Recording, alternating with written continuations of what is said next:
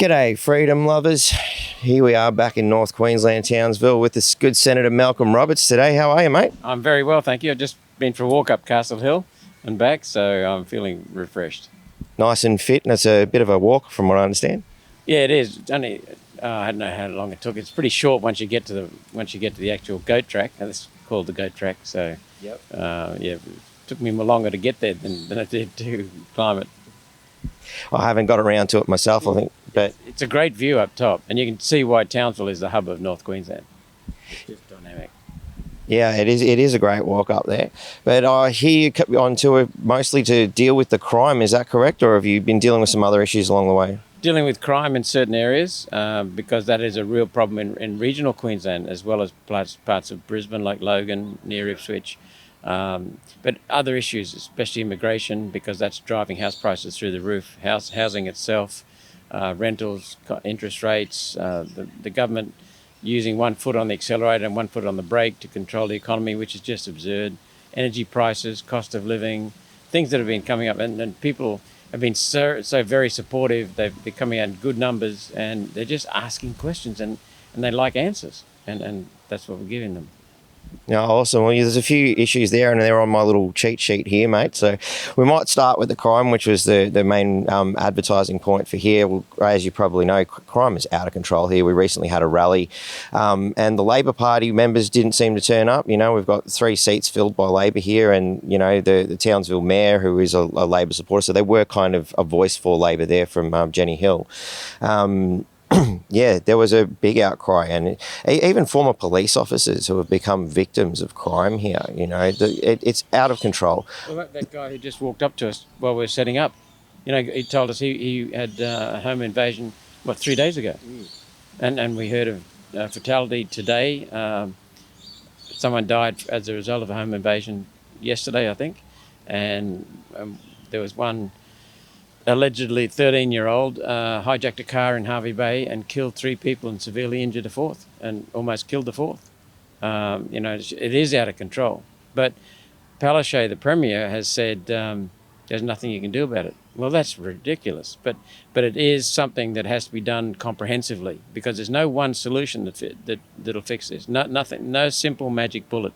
This has been years of neglect and years of government mismanagement and years of government lies and government interference with families that are driving youngsters away and driving youngsters to have no accountability. That's the core of the youth crime issue.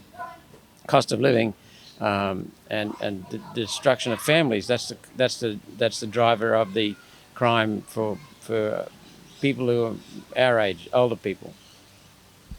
Yeah, I think you're on the money, and you basically led me to sort of where I was going to go. I knew we were going to entangle and twine a few different issues here, you know, such as the cost of living driving, you know, people to the brink of desperation. Of course, we're going to have those kinds of things happen when people haven't got enough money to feed themselves, you know. It's the old... Like the mandates, you know, in Harvey Bay we found out, a couple of people mentioned this, that some people have been, to avoid the injections, because you shouldn't have to defend yourself against the government wanting to inject you with something that's not been tested, like the COVID injections. But people were stood down because they wanted to keep their health rather than keep their job. And we've heard 2 stories of people turning to crime as a result of that. You know, so it is government policy that's driving this crime epidemic.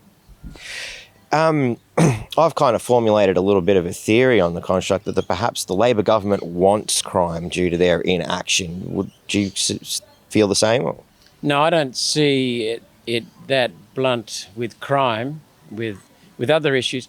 I was at a very effective presentation by the rapper Zumi. Is it Zubi or Zumi? I always get it mixed up. Not familiar, sorry. He's an African poem, and very intelligent and very well spoken.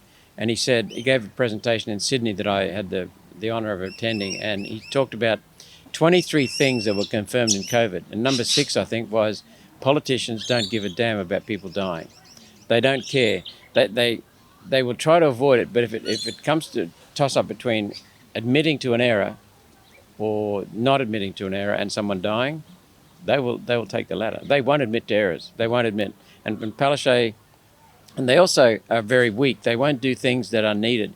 The policies of this government, the policies of Labor and Liberal and the Nationals and the Greens are to look good, not do good.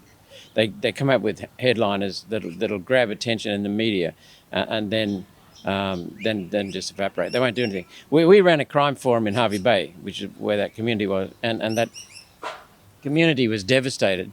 But we got down to the basics because I invited the family of the dead nurse to talk, Charisse, and they spoke really well. The whole community then started talking about the real issues. But Channel 7 was there video recording the whole lot, everything. That night, Channel 7 aired a report in Brisbane. They had the footage of the family. They had the footage of the audience. They had no footage of me, no footage of One Nation organising it. They added footage from somewhere else in the past of David Crisafulli talking and footage of a Labor person, senior minister, talking. So we were the actual organisers of the forum, not a mention in social media. A couple of weeks later, we supported the family again at Maryborough when the 13-year-old was on trial outside the courthouse. Again, Channel 9, Channel 7 were there. There's slight mention in Harvey Bay Maryborough News of One Nation and myself. We don't do it for the news, but I'm just highlighting that the media is helping Labor Party. Channel 9 interviewed me, Channel 7 interviewed me, no mention in Brisbane. So they just go with the tight old parties. And people think that all you have to do is vote Labor or Liberal, Labor or Liberal. There are third alternatives, very valid, strong alternatives, logical, science-based alternatives, and people just don't know about it. And while ever you have that Labor-Liberal duopoly, and people think that's the only alternative, then you will have no accountability. You'll have no accountability. And what we've seen in the country for the last 3 years is trust absolutely smashed. Trust in government absolutely smashed. We've got people now waking up, really wonderful, but we've also got people afraid of the government and timid and hiding from the government. So we've got both sides. So it's a real issue now. I think faith in the mainstream media has also collapsed. I remember when we last caught up a couple of years ago, Channel 7, 9, 10 and ABC both failed to turn up to your presentation. And the one member, I think she was from the Bulletin. That's correct. And she didn't even want to appear in a photo anywhere near you. So that's what's fueled what I'm doing here today. Well, you don't spell bad to me, mate, so it's all good, you know. But yeah, that's why I think, what I'm doing, and I'm not the only one. There's people all over the place who are jumping up and doing this sort of thing. I even see George Christensen, who ran with One Nation recently. He's been quite successful with his sort of thing. And I think you mentioned earlier that you obviously having trouble with the mainstream media. Have you come across any other independent journalists on your venture? Oh, that's what we're saying to people now. Stop buying the mouthpiece media, the mainstream media, the legacy media, the dinosaur media, whatever you want to call them. They're the legacy media. They're on the way out. Trump started that, then the media started feeding on itself. People don't trust the mouthpiece media anymore. It's owned by the same people who are pushing the COVID injections, who are owning the globalist corporations that are wanting to control us. They just don't trust them. Sky News, I was banned on Sky News. I know my name. A former producer of a show told me that my name was on a list banned because I was outspoken about the COVID injections. And I also called Sky News out about its support for Morrison. It was blatant support for Morrison. It was so biased. Their own ratings have fallen. So we don't get anywhere with the ABC, of course, but the real media now is the people's media, the true, independent, truth-spreading, freedom-spreading people's media. Avi Yemeni, yourself, the real Rukshan, podcasters, these are the people. And it's wonderful what Trump has done in the United States by bashing the media and exposing them. People are waking up. Joe Rogan now, I think he had an interview with, what was the name of that? Robert Malone, the doctor scientist. He invented the mRNA technology, I understand, but he also came out and said, don't take these COVID shots because they haven't been tested. He's been a very strong opponent of the mouthpiece and the big pharma. And he got, Joe Rogan interviewed him and he got 11 point something million views. On that day, Tucker Carlson, this is a few months ago, was still part of Fox, and he got the second highest ratings at about 3.8 million views, way, way behind. And the next one was around about 1.2, one of the main mouthpiece media. CNN, which used to be near the top, was down around 800,000 views. So people no longer trust the media, and now they're turning to alternative media, people like yourself, to get the actual viewpoint. See, I'm not on the mouthpiece media. The only place you'll find out about me is on independent media. Well, we're happy to help you out, and you're welcome to contact us anytime, my friend, because, it is up to us, the people. But back to this crime issue, man, I've heard things where we've got courts here that are handing out birthday cakes if the criminals turn up on their birthday for the court cases. A lady I just spoke to, who unfortunately couldn't be here today, she watches them drive up and down her street at least 2 or 3 times a day, with stolen cars, picking up all their friends and whatnot. And she's like, well, they've got cameras all over the joint. Why aren't they here where the criminals are? And that leads me to when we were at the crime summit recently, when Jenny Hill was there, her solution seemed to be, and I'm going to drop an insert here. We have over 500 cameras. We're probably pushing closer to 600. And our guys work with the police every day trying to see what the hell is going on and monitoring some of the activity. And she wants more. And that, of course, is going to come at the cost of us, the taxpayer. We can get money from federal and state level to put more cameras in, but it comes out of your rates that we've got to have operators there. They're not using it for the criminals. They're using it for the innocents, the innocent people. Well, it's the first thing that occurred to me. We have over 500 cameras. We're probably pushing closer to 600. That's her, what she's claimed so far. And it's not exactly a huge town. So how effective has that been so far? Because they're still running amok. No, that's right. But it's like COVID. COVID was hopelessly mismanaged because management of the COVID virus was never about health, Mark. Never about health. It was about control and wealth transfer. The cameras that you see going up in various cities, and people in Bundaberg told me about what was happening. And they went to the council meeting to ask questions about valid questions. I mean, they're paying these people, the councillors and the mayor, to look after them. And they said they'd lock the doors. They won't withstand the scrutiny because these cameras are for good people, not for the criminals. But coming back to crime, and that tells you something. The governments are all about control these days, and even though local councils are not governments, they have some governance role on behalf of the state government. So they are implementing controls over people. But crime has taken a long while to get out of hand. But there are many things. We heard stories of the police catching people, young people, for crimes, and basically letting them go because they know they won't front in court, or they know the judges won't do anything about them. The judges are hamstrung because of the weak regulation, the weak legal system. You've also got young kids who... The whole solution has to be restoration of the basics of families, because you've got 2 incomes. You've got 2 families with both mother and father working. You've got no one looking after the kids at home. And so kids are growing up without anyone. And they need at least one parent with them. That's fundamental. But the cost of living is so high that both parents need to work. And the mother quite often is the second income earner. She might work, and most of her wage goes in, after a tax wage, goes in paying for childcare. But she needs that extra $50 that's left over at the end of the week to pay for the groceries. And so we've got enormous pressure. The cost of living is due entirely to inflation and energy prices and house prices. House prices, the government is bringing in an extra 400,000 immigrants this year by their own, yeah, your eyes popped. Wow. By their own figures in the budget. We used to have 250,000 before the COVID. We then had 0 pretty much during COVID. They wouldn't even let Australians back into the country, for goodness sake. And after the COVID, we've now got 400,000 coming in the first year. I've seen people sleeping in caravans, tents, cars, under bridges in Bundaberg, Gladstone. They're parked in the showgrounds in Gladstone. They're parked in the parks in Bundy.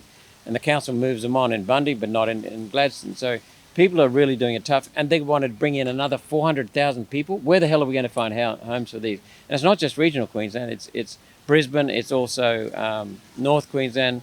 It's also metropolitan areas down south.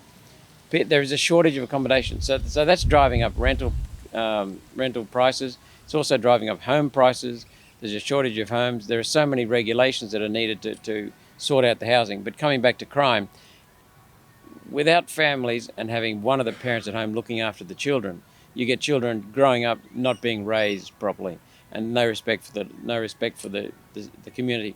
We've got lunatics running around in the Greens, the Labor Party, and the Liberal National Party, talking about the planet's going to end in 20 years. The planet's going to end in 10 years. You know, what hope have people got? What reason for living have young kids got? You know, and then we've got all these policies that are driving fear, and so young people think, well, what the hell? We might as well play it while we're here, because we're not going to be around very long.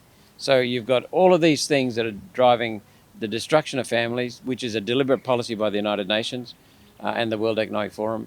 You've got the destruction of standards of living, costs of living. You've got the Reserve Bank trying to take money out of the economy. You've got the government trying to pump money into the economy. It's a complete mess. And so somehow families are supposed to do the best they can with this. And then the police have limited powers because the judges don't enforce sentences because the laws are so lax. And we see people getting caught, young kids getting caught, and then the next day going past a police station like this, you know. So and then we've got Neighbourhood Watch, needs to be tightened up because you need the community to be involved. We've seen Neighbourhood Watches groups go to the local member of parliament, cap in hand, looking for funding to do some communication. And then you've seen people like Taryn O'Brien down at Rocky gather groups and go and stand out at the front of people they know have committed crimes in the community. And the police all of a sudden turn up as a line in front of that home. But when the criminals are working as criminals, there's no police to be seen. So one thing I learned, reinforced during COVID, was that the police are real. Most police are fabulous. They're not just good; they're really good. They join the police force to serve, just like the fireys, the teachers, the nurses. But they were smashed around during COVID by these mandates, and so many police are really pissed off about it. But the police are still doing their job. I really give credit to them. To most of the police, they're doing their job, but they need support. And Taryn O'Brien runs a physical fitness centre, Muay Thai, I think it's called. He had a Muay Thai campaign going for youths, and they responded and they started teaching them discipline. The Labor Party came into office. They cancelled his program as soon as he became a One Nation candidate. So we had boot camp at Maryborough. Wonderful Bob runs it. I've forgotten his second name. Really effective. I think 98% success rate, and the kids love it. Labor cut their funding. So we've got all kinds of things that'll prevent crime, all kinds of things to get people rehabilitated, all kinds of ideas for controlling crime, decreasing crime, but the government just runs away from it all. And then they slam them in jail. Actually, I heard the same thing, 'cause during the crime rally, the Katter Party was a big proponent behind it, that one, and they were pushing for, you know, forced relocation sentencing sort of thing. And there was another fella there. Mate, we got a little grazing property just out here. It's only 20 k's out, and we set up a training centre there. We got approved from the council for a change of use to a training centre, and we went to debt with a lot of money. There's 15 air-conditioned rooms. There's a proper industrial kitchen. There's a ablution block, coal rooms, everything. It's a cattle property.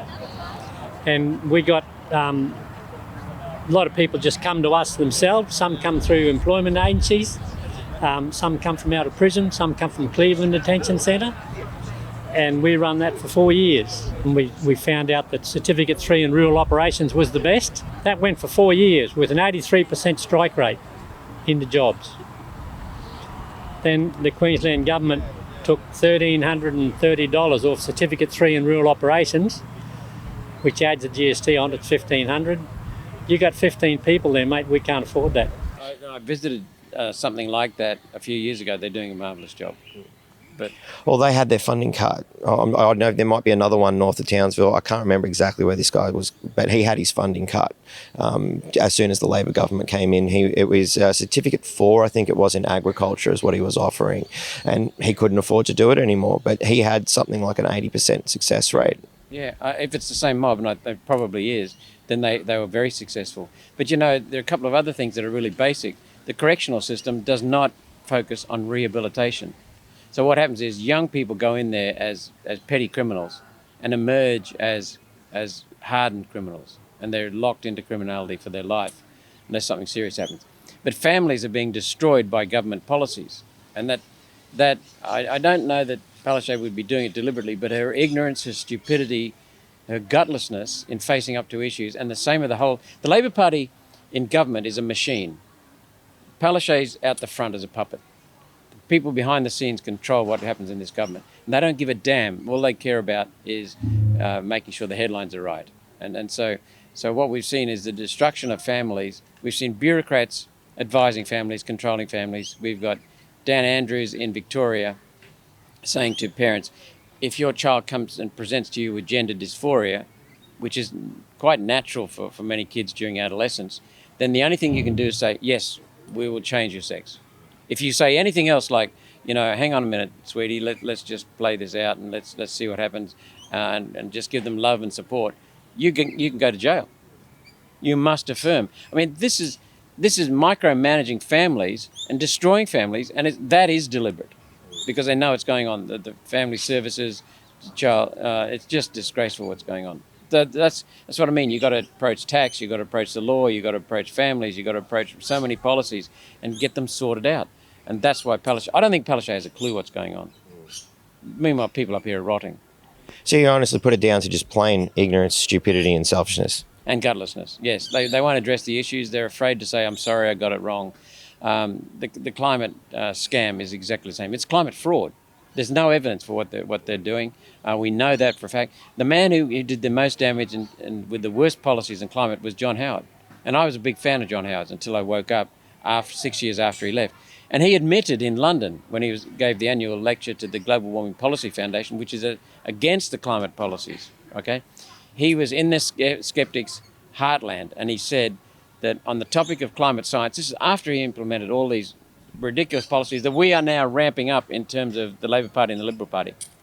He said, on the topic of climate science, I am agnostic. He didn't have the bloody evidence. He had no evidence for these policies, and no one since has had the evidence. There seems to be a lot of lacking data. I know you've been doing a lot of research on the climate change over the years. What have you uncovered recently? Well, if you look at some of it's just common sense. I've uncovered a lot of data which would take a long time to explain. But some of the basic things. In 2008, we had a global financial crisis. Remember that? And there was a recession around the world, a pretty severe recession. In our country, we didn't have a recession because we were exporting iron ore and coal to China and making a lot of money. But what happens in a severe recession was that the use of hydrocarbon fuels like coal, oil and natural gas decreases. When that decreases, the production of carbon dioxide from human activity decreases. And so they're telling us that carbon dioxide needs to be cut. So there was a huge cut in carbon dioxide output for the year. And the level in the atmosphere just continued increasing.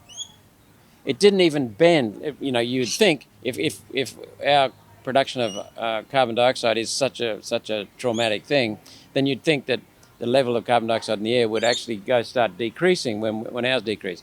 But it didn't even inflect, Mark, didn't even bend slightly. There's just a straight line increase because Mother Nature controls the level of carbon dioxide in the atmosphere. The same thing happened in 2020 with the COVID mismanagement. Severe recession, almost a depression around the world. In this case, it did hit us. The same thing happened. The level of carbon dioxide produced by humans dropped dramatically, but the level in the atmosphere kept increasing. Didn't even inflect a bit because nature controls it. And then the other thing is, well, if you look at the carbon dioxide produced by China, India, Russia, Brazil, America, Europe, it's been so high. And yet temperatures since 1995 have been basically flat. So the carbon dioxide in the air does not drive the temperature, and our carbon dioxide does not drive the carbon dioxide in the air. So there's no point in cutting. And we've already seen that you can cut your industry, slash it during a major recession around the world, and nothing happens to the carbon dioxide in the air, it just keeps increasing. So it's all for nothing. We've seen two natural experiments, global experiments, in the last, 15 years. It's bullshit, complete bullshit. And I could go into the science for hours, but I've held the CSIRO accountable, and that they've never produced any science that shows our carbon dioxide has to be cut. They've even admitted that they have never said to any politician that carbon dioxide from human activity is a danger. Never. I asked them, so what was your evidence? Well, we've never said that. So I said, well, how come the politicians are saying that? you better go and ask the politicians. So, Bullshit. did you ask the politicians? What did they say? Oh, I've been asking politicians since 2007, and most of them know it is bullshit. But they haven't. I get complimented for my speeches in the Senate, not in the Senate, but as soon as I walk outside the Senate, some of the Labor Party, some of the practical ones, pat me on the back, literally pat me on the back and say, "Keep going, mate." So there are people within the Labor Party who think this way, but are they just discouraged because it's the party politics? It's control. They know that they won't be pre-selected. They'll lose their job in the Senate if they speak up. That's fair income. That's clear. In the Liberals, the only reason I preference Liberals ahead of Labor is because in the Liberal Party, some people do speak up. Very, very few. But even in the Liberal Party, George Christian, well, he was actually in the LNP, he left because he was tired of dealing with them. Craig Kelly left because he was tired of dealing with them. Jared Rennick got belted. He's one of the best senators there is. And he lost pre-selection to a party bureaucrat last Friday. You know? So do you think that maybe he might have a place amongst One Nation? We'd be open to anyone, but Jared's his own man, and we've supported him very strongly during the election campaign, during the COVID rallies. We called him out. We called Senator Antic out. We called Craig Kelly out. We called George Christensen out, and complimented them and said we admire their courage in speaking alongside us. And that was done for two reasons. One is they're on the right track. And secondly, to show the people that we work across the party. We work for them, for the people across the party. We're not just only One Nation speaks. So that's, Jared knows that we're very supportive of what he's doing. He knows that our policies are very much aligned. But Jared has also, he's his own man. He'll do whatever he needs to do. But the Liberals, tossing Jared out of pre-selection comes hot on the heels of tossing Moira Deeming right out of the party. And Moira Deeming stood up for women and children in Victoria. And she was suspended from the party and then dismissed from the party. She's doing a job. I must say, from my point of view, I've spoken with Senator Rennick a few times, and to me, he was a bit of a light back towards the Liberal Party. And, I even, complimented him on that, saying, are we going to see more of a return to conservative values, now that people aren't criticising you within the party so much? And now to see what they've done, I'm just gobsmacked. Like, it to me, it's a lot more like what George Christensen said when I interviewed him, that we've got socialism light, the Liberal Party, and full-blown socialism Labor Party. We obviously need this. I'd challenge anyone to say where there's a difference between Labor and Liberal policies. Every major climate and energy policy that has been introduced in this country has been introduced by the LNP. Every one of them. And then when Labor comes in next, they ramp it up. And then the next time Liberals and Nationals come in, they introduce more policies. And then when Labor comes in, they ramp it up. The safeguard mechanism policy, which is really a carbon dioxide tax and emission trading scheme, that was introduced by Chris Bowen and Anthony Albanese in September last year, was building on what Malcolm Turnbull and Greg Hunt did. Despicable. People think it was Bowen. It wasn't. Bowen just ramped it up and gave it stronger teeth, that's all. But Bowen, the biggest policy failures, and I think they've been deceit, have been enacted by the Howard Anderson Liberal Nationals government from 1996 to 2007. Well, we only got to look at, this government will never have a GST, and how well did that work out? No way that GST will ever be part of our policy. Never ever. Never ever. It's dead. Our rate's 10%, and it's staying at 10%, let me hasten to add. Well, there are many things that I've been accumulating. As I said, I was a fan of Howard. I really was a very strong fan of Howard. And then I started doing my research into climate, and I was stunned. And now I've got a long list of things that he did or his government did that have just been destroying the country. A good friend of mine, a strong, very strong conservative and a freedom man all his life, he's in his 80s now. He even wrote an article. I had a chat with him one day, and this particular man always does his own research. He went away and he came back with an article in 2019 saying the worst Prime Minister we've ever had is John Howard. And he's a conservative. Wow, I might have to have a look at that. Yeah. Speaking of things, I do realise people are queuing up to come and see what you've got to say. I think we kind of hit a lot of what we wanted to talk about, but let's get on to this voice nonsense. I see that you guys have got a book. Pauline's got a book out about the voice at the moment. Can you give us any little spoilers, perhaps, for why people would want to get this book? I think it's an empty book. I think it talks about the details of the voice and the benefits of the voice, and it's literally blank pages. That's all I could work out from the ad. I didn't know anything about it until yesterday or this morning, so I don't know. But the voice... whenever people won't give you details of something, you know there's something dodgy. There have been lies and deceit all the way through this. The second thing is it's racist. And to give you an example, Senator Jacinta Price, she's Aboriginal herself. She comes from Central Queensland. I could talk at length about her. She's wonderful. She's got some guts and integrity. She organised for Aboriginal people, elders and leaders to come around from various communities in the north down to Canberra to be available for talking with politicians. No one from the Labor Party came. No one from the Greens came. A couple of people from the Nationals went. A few people from the Liberals went. Pauline and I went. And I went up to one guy, his name was Eddie, came from a remote community in the Northern Territory. And I'll always remember this. So I walked up to him and said, okay, Nampajimpa's brought you down because you're opposed to the voice. Why are you opposed? He said, mate, I'm Australian and it's racist. That's it. I must say I'm getting the same kind of sentiments from every Indigenous person I've spoken to. They don't seem to want it themselves, so I don't understand who it is that does other than the Labor Party. Yeah, well, you're right, the Aboriginals don't want it, especially Aboriginals on the community.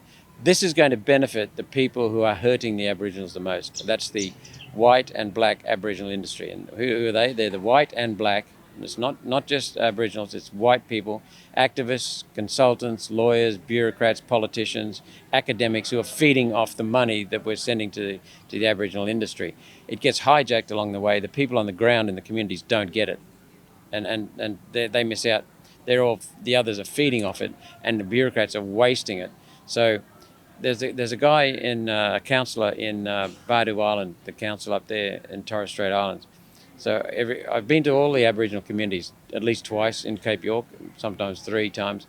And this particular one was the first time I went to Bardu Island. And I said to him, what about this Close the Gap, mate? And he says, mate, come on. The only reason the gap's there is because of Close the Gap funds. And he said, while ever there's a Close the Gap campaign, there will be the gap, because the people who are feeding off the gap love the money coming in because of the Close the Gap campaign, but they're interested in perpetuating the gap, not closing it. And the Aboriginals know that they're not getting the money where it belongs and where it's meant for, and they know that the bureaucrats are feeding off it, and the Aboriginal activists and white and black Aboriginal activists feeding off it. And so they know that the solution is the bureaucracy, is to remove the bureaucracy and give Aboriginals a fair go. Native title was brought in supposedly to give the Aboriginals some land. Native title, the preamble to the native title, talks about the United Nations many, many times. Native title, people in Brisbane and in the inner city areas, the Greens and the Labor people, are all sitting back smugly thinking we gave Aboriginals land. That is complete bullshit. What we did was steal the land from everyone and then cut it off from everyone. And so it's just a United Nations ploy to get control of land. They're just stealing property rights. And so the number one problem that I heard in all the Aboriginal communities I've visited, and I've visited some in the Northern Territory, is that they cannot get title to land. Without title to land, you can't get a loan from a bank to build a house. You can't get a loan to start a small business. What we need is for the Aboriginals to be treated the same as the whites, not as special, but treated the same as the whites, so they get the same opportunities to develop responsibility and accountability. The people in the communities, in the Aboriginal communities, need just autonomy. They need to be set free rather than under the chains of a petty, paternalistic, patronising bureaucracy that is squashing the life out of these people. That's what we need. They need to be treated the same as us, not better than us, not in a way that's better than us. That sounds like proper equality. That's exactly what Pauline's been talking about for 27 years. I tend to agree, mate. I tend to agree. I think we better wrap this up. I can see everybody's going, but just one quick question before we go. For all the people who are watching this, all the issues we've discussed, how best can they get involved and, perhaps find a remedy to all these problems? The main solution is that the people are the electors of the government. So just think, first of all, that it's not just Labor and Liberal, because they're they're identical. Their policies are almost identical. So I would say two sides of the same corrupt coin. yes, two wings of the same bird, whatever you want to say. They're basically identical. So start realising there's a third alternative, and that's the minor parties. Give them a go. And your vote is not what the mainstream, the mouthpiece media will say, what the Labor Party and Liberal Party say. Your vote's wasted in a small party, they'll never get in. Well, we have now got we've got members of parliament in 5 state and federal parliaments around the country. They tried to jail Pauline, they were so scared of her. Now we've been growing, we've got now 5 parliaments with members of One Nation in them.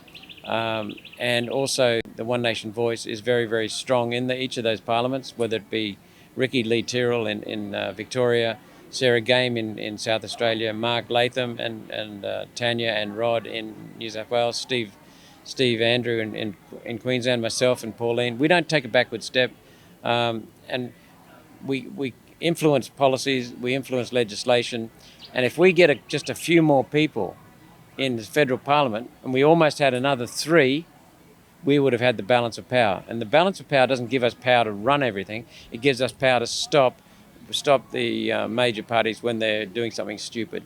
So we need that balance of power. So change the way you vote for One Nation, number one, and then preference the minor parties beyond that, and put the Greens last. So outside of that, once every 3 to 4 years, depending on which election we're looking at, what else can people do? Hold your member of parliament accountable. Talk to them about call them up and insist on a meeting. Visit their office and insist on a meeting. Telephone them and try to get them on a call. Don't send them emails that they're useless, because they just get swamped with them. They don't pay any attention. Write letters that are handwritten or typed with a hand signature, and tell them what your concerns are, and tell them you won't be voting for them again. And the only way that you will even think about voting for them is by changing the way they behave. So hold them accountable. My salary is paid by the people of Australia. I work for them. What people of Australia have forgotten is that we work for the people. Now, the Labor and Liberal parties have also forgotten that. So what we need to do is for citizens to have a voice and to stand up and say, I want you to represent me this way. We better go. I think we'd better, my friend. Thank you very much for having a chat with us, mate, and I hope to have a chat with you soon. Please give us a call if you've got anything else you want to have a chat to us about. Call us up now and then if you've got a topic.